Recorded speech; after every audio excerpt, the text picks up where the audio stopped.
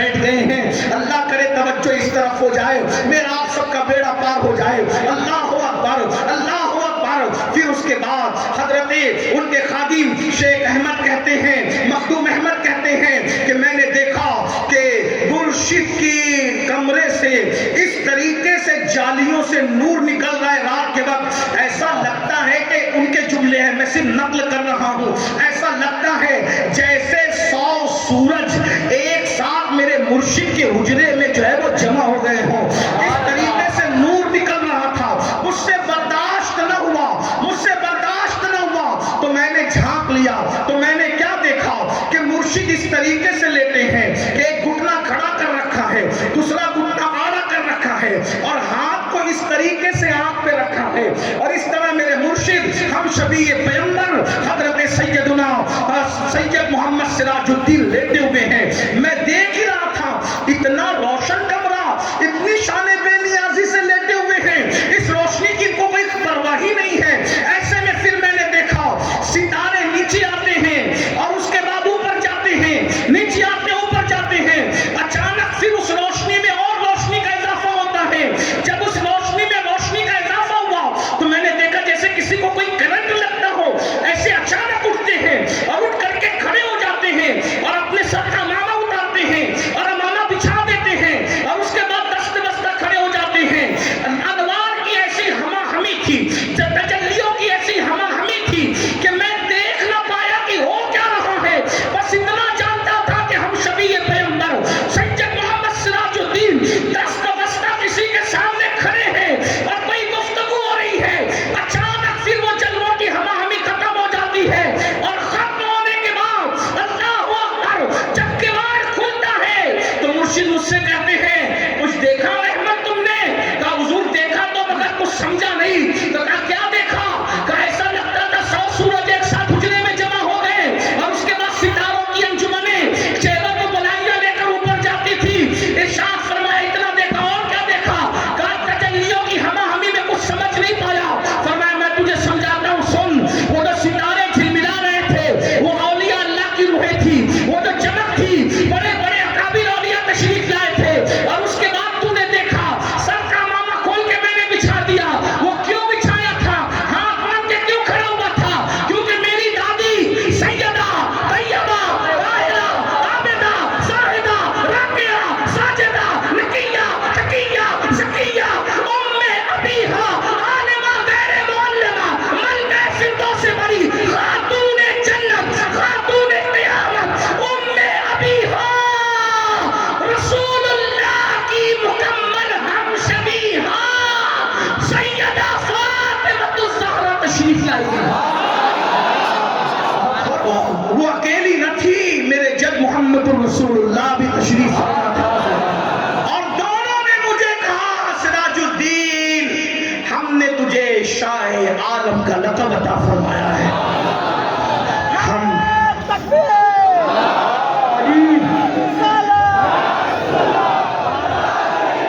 نے تجھے شاہ عالم کا لقب عطا فرمایا ہے. اب تو نے اس کو عام کرنے کا نانا جان میں اس کو عام نہیں کروں گا, مجھے شرم آئی. حضور میں اس کو کیسے عام, مجھے شرم آئی. فرمایا پھر کہا آپ ہی عام کریں اس کو. تو کہا یہ اب کیسے عام ہوگا؟ کہا تم اپنے ابا کے پاس جاؤ. تم اپنے ابا کے پاس جاؤ گے نا تو بارک اللہ چشتی جو ہیں, وہ بارک اللہ چشتی جو بزرگ تھے آپ کے احمد آباد کے, ان کی عمر 159 کے قریب ہو گئی تھی اس وقت. 159 سال کے تھے حضرت بارک اللہ چشتی رحمت اللہ علیہ. تو تمہارے ابا ان کے پاس جانے کے لیے کہیں گے, اور جب تم ان کے پاس جاؤ گے تو پھر تمہارا یہ لقب خود بخود آپ, وہ پھر بھی آپ نے خود عام نہیں کیا. کہا مجھے حضور مجھے نانا جان شرم آئی, آپ کرم فرما کے آپ خود ہی عام کریں. اور اس کے بعد پھر حضرت قطب عالم کے پاس اٹھ کر کے گئے خواب سے, تو پیشانی چوم کے بابا کہتے مبارک ہو, دادی اور نانا کو دیکھ کر آئے ہو نا. پھر سب سے پہلے جن کو خواب کے بعد جس نے شاہ عالم کہا, ان کے والد بزرگوار حضرت قطب عالم نے کہا شاہ عالم تیرے نانا کی طرف سے تجھے یہ لقب مبارک ہو. اب اس کو عام کرنا چاہتے ہو تو جاؤ بارک اللہ چشتی کی طرف اشارہ ہے نا تو جاؤ وہاں جاؤ. تو کہا حضور کیسے جاؤ؟ تو کہا پھولوں کی ٹوکری سر پہ رکھ کر لے جانا.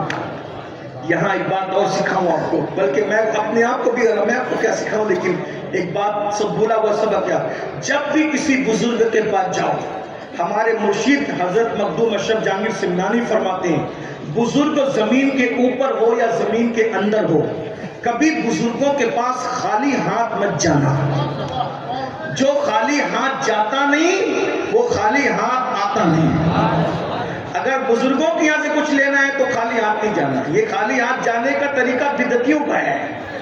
ہاں یہ بزرگوں کا طریقہ ہمیشہ یہ خالی ہاتھ کبھی جب جاتے نہیں خالی. اسی لیے ہم بزرگوں کیا جاتے ہیں تو پھول لے کر جاتے ہیں، عطر لے کر جاتے ہیں، سندل لے کر جاتے ہیں، وہ جو اللہ توفیق دیتا ہے لے کر جاتے ہیں. تو کچھ نہ کچھ لے جایا کرو. خالی ہاتھ جاؤ گے نہیں. خالی ہاتھ لوگوں کو بڑی تکلیف ہے. ان کو کیا ضرورت ہے؟ میں نے کہا ضرورت تو کسی کو نہیں ہوتی. اظہار محبت بھی کوئی چیز ہوتی ہے. اظہار محبت، اظہار وفا بھی کوئی چیز ہوتی ہے. ورنہ تحفے بادشاہوں کو بھی دینے سے بادشاہوں کو بھی خوشی ہوتی ہے جبکہ اس کے خزانے بھرے رہتے ہیں. اور حضور بھی جب اللہ کے یہاں گئے تو حضور خود جس کے سارے خزانے بھرے ہیں، حضور خالی ہاتھ نہیں گئے.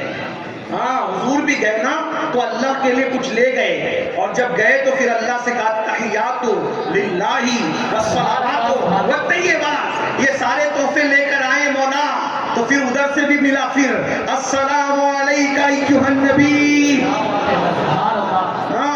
اس لیے دیکھا جب خدا کے یہاں خالی ہاتھ نہیں جاتے تو بندوں کے یہاں خالی ہاتھ. یہ اہل محبت جانتے ہیں. اہل بدعت کو کیا پتا، جو بیچارے مسجد مدرسے کا چندہ کھا کر پیٹ بڑا کر لے، انہیں کیا جاتے لینا دینا. جو لنگر سے نفرت کرتے ہیں کیونکہ وہ لنگور وہ کھانے میں مصروف ہیں، انہیں کھلانے کا کیا مزہ. کھلانے کا مزہ تو عاشقوں کو ہے. کسی کہنے والے نے کہا تھا سکندر خوش نہیں ہے لوٹ کر دولت زمانے کی. سکندر خوش نہیں ہے لوٹ کر دولت زمانے کی. قلندر دونوں ہاتھوں سے لٹا کے رقص کرتا ہے.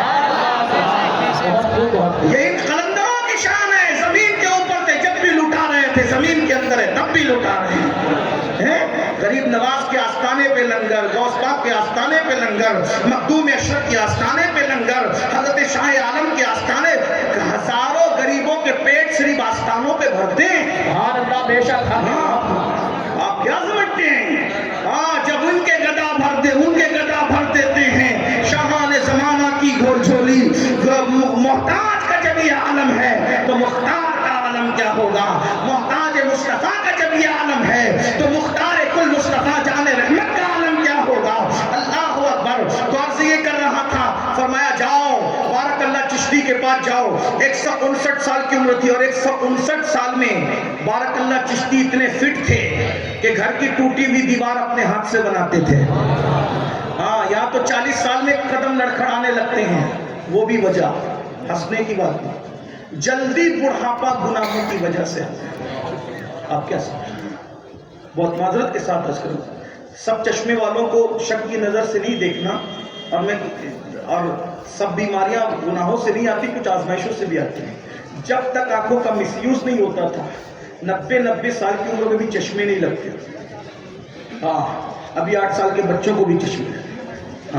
کچھ بزرگ کتاب پڑھتے پڑھتے چشمے لگ جاتے، الگ بات ہے. سب کو ایک گردی سے نہیں اکڑنا. آپ کیا سمجھتے ہیں؟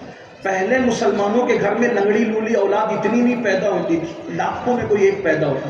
یہ لنگڑی لولی اولاد کیوں پیدا ہوتے ہیں پتہ ہے؟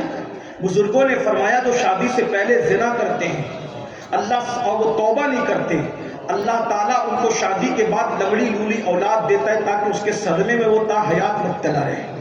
آپ کیا اس سے یہ نہیں کہ جو لنگڑی لولی اولاد جس کے گھر میں پیدا ہوئی وہ زانی، ایسا نہیں. کچھ لوگوں کو اللہ آزمائش کے طور پہ بھی دیتا ہے. جیسے کہ اللہ تعالیٰ بیماری نمرود کو بھی دی اور بیماری ایوب کو بھی دی. نمرود کی بیماری سزا کے طور پہ تھی، ایوب علیہ السلام کی بیماری درجات کی بلندی کے لیے تھی. تو سب کو ایک لکڑی سے نہیں ہٹانا. ایک بات اور بتاؤ، حیا کے پردے میں آپ کیا سمجھ رہے ہیں؟ آج لا ولدی یعنی بانجھ پن، پہلے بانجھ پن عورتوں میں تھا، اب بانجھ پن مردوں میں ہے. ہر بانجھ جو ہے وہ گنہگار نہیں، لیکن یہ بانجھ پن کیوں ہے؟ شادی سے پہلے بیت الخلا میں بیٹھ کر اپنی جوانی کو جو اپنے ہاتھوں سے ضائع کرتے ہیں نا، بستروں میں لیٹ کر جو اپنی جوانی کو اپنے ہاتھوں سے ضائع کرتے ہیں، شادی کے بعد وہ جلدی باپ نہیں بنتے۔ یعنی آپ کیا سمجھ رہے ہیں؟ حرام کام کرو گے تو پچھتاؤ گے۔ ہمارے بزرگ حضرت سیدنا عمار ابن یاسر نے جو آخری بار کا اپنی زندگی کا لڑا ہے، 90 یا 98 سال کی عمر میں لڑا ہے۔ اللہ کے رسول صلی اللہ علیہ وآلہ وسلم کے صحابی حضرت سیدنا سلمان فارسی نے جو آخری معرکہ لڑا ہے وہ 300 سال کی قریب عمر کے درمیان لڑا ہے۔ آپ کیا سمجھ رہے ہو میرے بھائیو؟ سرکار غریب نواز پہلے شہزادے کے باپ بنے، اس وقت آپ کی عمر 60 سال کی تھی۔ 60 سال کی عمر میں تو ہم ٹھنڈی برداشت کرنے کے قابل نہیں رہتے۔ آپ کیا سے یہ بڑھاپا یہ ہے گناہ کی، جلدی بڑھاپا گناہ کی وجہ سے، ورنہ مسلمان کو بڑھاپا سفید داڑھی کا نام نہیں ہے، بڑھاپا کمزوری کا نام ہے۔ سفید داڑھی تو بزرگی کی نشانی ہے اور بڑھاپا کمزوری ہے وہ کہتے ہیں۔ آج دیکھ لو نوجوانوں کو، سرکار مولا کائنات نے اپنی زندگی کا جو آخری معرکہ لڑا ہے، آپ نے تقریباً 62 سال کی عمر میں لڑا ہے، اور 62 سال کی عمر میں بھی مولا علی کا حال یہ تھا کہ ہاتھوں سے تلواریں ٹوٹتی تھی لیکن ماتھے پر لوگ پسینہ نہیں دیکھ پاتے تھے۔ علی کے مرتضیٰ کی قوت کا یہ عالم تھا۔ امام حسین نے آخری معرکہ جو زندگی کا لڑا ہے وہ 56 سال کی عمر میں لڑا ہے، لیکن آپ کے ماتھے پہ لوگوں نے شکن نہیں دیکھا ہے۔ اور مولا مشکل کشا کی بہادری کو تو یوں سلام کرتے ہیں، کبھی زنجیر ہلتی ہے، کبھی دیوار ہلتی ہے، کبھی درد کانپ جاتا ہے، علی کا نام سن کر اب بھی خیبر کانپ جاتا ہے۔ تسلیم علی میدان میں سر جھکے رہتے ہیں تلواروں کے۔ تو بہرحال فرمایا جاؤ، بارک اللہ چشتی جو ہے وہ تمہاری شاہ عالمیت کا اعلان کریں گے، جاؤ وہاں جاؤ۔ شاہ عالم وہ پھولوں کی ٹوکری سر پہ لے کر بارک اللہ چشتی رحمت اللہ علیہ کے پاس پہنچے۔ 159 سال کی عمر ہے کم و بیش، ان کے سر پہ یہ اچھا گئے تو ڈائریکٹ خانقاہ میں نہیں گئے، وہ پھولوں کی ٹوکری لے کر کے دور کھڑے ہو گئے، ادب کی وجہ سے دور کھڑے ہو گئے۔ ان کی وہ دیوار بنا رہے تھے، نظر پڑی تو فرمایا تیرے سر پر پھولوں کی ٹوکری اچھی نہیں لگتی، تیرے سر پر تو مشائخ کا تاج اچھا لگتا ہے۔ ہاں، اور پھر انہوں نے اپنے لیے ہانڈی میں کھچڑی بنائی تھی۔ کھچڑی بھی بڑی چیز ہے، یہ صوفیہ کی غذا ہے۔ ہاں، آپ بھی کہیں گے کہ اور کون سی چیزیں، یہ سب صوفیوں کی باتیں ہیں، اللہ والوں کی۔ کھچڑی صوفیوں کی غذا ہے۔ اس کی وجہ یہ ہے کہ پیٹ دیر تک بھرا رہتا ہے، وضو قائم رہتا ہے۔ یہ رات بھر عبادت کرنے والے اس کو استعمال کیا کر۔ کھچڑی بنائی، کوئی اچھا کچھ فقیروں کے یہاں تاج کہاں سے لاتے ہیں؟ ایسے درویشوں سے ملتا ہے ہمارا شجرہ، جن کے قدموں میں کئی تاج پڑے رہتے ہیں، تو وہاں تاج تو تھا نہیں۔ اب جو ہے وہ مشائخ کا تاجدار بنانا ہے تو سر پہ کچھ رکھنا تو پڑے گا، تو جو کھچڑی کی ہانڈی تھی وہی سر پہ رکھ دی۔ ہاں، یہ لے کے جاؤ۔ تو کہا کہ وہ میرے ابو نے کہا، حضور نے تو فرمایا کہ بارک اللہ چشتی تیرے شاہ عالم ہونے کا اعلان کریں گے، تو وہی کر رہا ہوں۔ یہ سر پہ رکھ کر لے کے جاؤ، ایک مقام آئے گا کہ آسمانوں سے بھی آواز آئے گی شاہ عالم کی، اور زمین سے بھی آواز آئے گی شاہ عالم کی۔ ایک مرید کو ساتھ میں کیا کہ جہاں تک آواز نہیں آتی تو کھچڑی کی ہانڈی کے ساتھ تجھے ساتھ ساتھ جانا ہے، اور اس کے بعد جو ہے وہ ہانڈی سر پہ رکھی اور چلے۔ چلتے چلتے احمد آباد 3 دروازہ جہاں پر آپ کا موجود ہے، 3 دروازے تک آئے تھے کہ دیکھا کہ ایک بندہ راستے کے کنارے پڑا ہے، اندھا ہے، بہرا ہے، گونگا ہے، ہاتھ پیر کٹے ہوئے ہیں۔ جیسے ہی شاہ عالم سرکار گزرے، دامن کی ہوا لگی، اندھا پن بھی گیا، گونگا پن بھی گیا، بہرا پن بھی گیا، اور وہ اٹھ کے کہتا ہے او شاہ عالم مبارک ہو، مبارک ہو۔ اور اس کے بعد آگے بڑھے تو جو دیکھتا ہے شاہ عالم، شاہ عالم، شاہ عالم، زمین سے آوازیں آ رہی شاہ عالم، آسمان سے آوازیں آ رہی شاہ عالم۔ پھر آپ نے فرمایا جاؤ، یہیں تک تمہاری ڈیوٹی تھی، اب تم واپس چلے جاؤ۔ اور اس کے بعد جب گھر پہنچے تو اس کے بعد والد سے کہا حضور پورا احمد آباد جو ہے وہ شاہ عالم کی صدائیں کر رہا ہے۔ کہا بیٹا وہ جو ہانڈی میں کھچڑی ہے ذرا وہ بہت بڑے بزرگ کی پکائی ہوئی ہمیں بھی کھلا دو۔ اسی لیے کسی کہنے والے نے کہا ہے کہ چشتیوں کی پکائی ہوئی کھچڑیاں بخاریوں کو کھانا زیادہ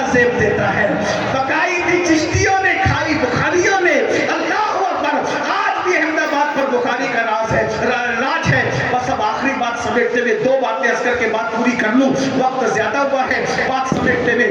حضرت شاہ عالم کا دور ہے. شاہ عالم یہ سلسلوں کی لڑائیاں بھی کبھی ظاہر میں رہی ہے, کبھی کبھی چپکے ٹھنڈی جنگ بھی رہی ہے, ہر دور میں رہی ہے. ایک بات آپ ولیوں کو کبھی سلسلوں میں نہ بانٹو, ہر ولی سے پیار, ہر ولی سے پیار. ولیوں کو سلسلوں میں بانٹو گے تو کچھ نہیں پاؤ گے, محروم رہو.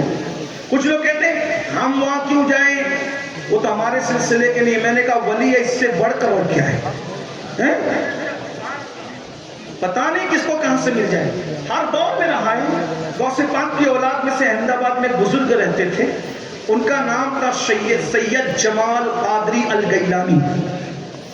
شاہ عالم کے مریدوں میں ایک مرید تھے, ان کے دوست تھے. ایک دن کہنے لگے یار میرے جو پیر ہے نا وہ ہم شبیہ پیغمبر ہے. اور وہ واقعی ہم شبیہ پیغمبر کے بھائی, ہاں حضرت شاہ عالم رحمۃ اللہ علیہ ہم شبیہ واقعی ہم. اور ایک بات آپ کو بتا دوں, لیکن آپ کو اس سے دھوکہ نہیں ہونا چاہیے, ہم شبیہ پیغمبر مکمل کوئی نہیں. وہ میں ایک بات عرض کروں, آپ کی توجہ ہٹ گئی, میں بات پوری کر دوں. توجہ یہ ہٹ گئی ہے. ہاں تو میں نے دو باتیں کرنی ہے, آپ توجہ فرمائیں. زندہ زندہ. اچھا حضور کی طرف سے جو لقب ملا نا تو شاہ عالم اتنا ہوا کہ اصل نام ہی لوگ بھول گئے. سید محمد سراج الدین تو کوئی کہتا ہی نہیں. شاید کہو تو کوئی رکشہ والوں کو کہ ہم کو جانا ہے سید محمد سراج الدین کے آستانے پہ, اللہ کی قسم کوئی رکشہ والا لا کے پہنچا دیا تو پھر دیکھ پتا چلا ماں باپ کا رکھا ہوا بھلا دیا. نبی نے اور سیدہ نے جو لقب دیا وہ پوری دنیا میں ڈنکے بجائے. غور تو کرے نا, ہاں یہ بات ہے. اللہ اکبر. تو میں بات عرض کر رہا تھا شاہ عالم پہ شاہ عالم سرکار پر کرم کی نظر فرما دے. ہم تو آپ کے بھکاری خیرات لے کے, ہم قادری ہیں لیکن بخاری کے در پر آئے ہیں, اس لیے کہ ہم کسی ولی کو تعصب کی نظر سے نہیں بلکہ ہمیں تو محبت کی نظر سے دیکھنا ہے.